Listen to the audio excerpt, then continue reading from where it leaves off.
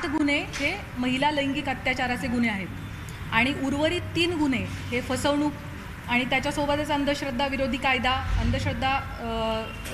कायदा, सावकारी अधिनियम 2014 आणि इकॉनॉमिक ऑफेन्सेसची इतर रिलिव्हंट कलमं याप्रमाणे दाखल आहे.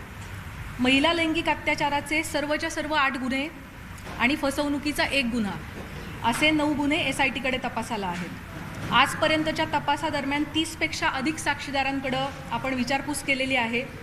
साक्षीदारांकडं आणि पीडितेंकडं आपण जी चौकशी केली त्यातून आरोपी हा पीडित व्यक्ती आणि कुटुंबाच्या श्रद्धेचा गैरफायदा घेत होता.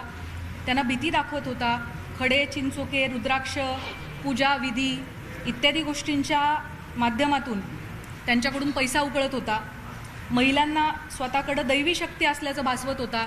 त्यांच्या कुटुंबियांच्या मृत्यूची भीती दाखवून त्यांना बदनामी करण्याची धमकी देऊन त्यांचं लैंगिक शोषण करत होता.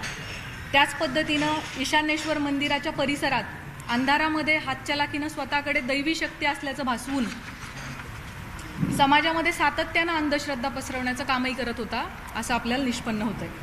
महिला अत्याचाराच्या संदर्भाने दाखल 8ही गुन्ह्यांमध्ये पीडिता आणि त्यांचे कुटुंबीय हे अतिशय धाडसाने समोर आलेले आहेत आणि त्यांनी फिर्याद दाखल केली आहे. त्याच्यामुळेच आपण आरोपीवरती कायदेशीर कारवाई करू शकत आहोत.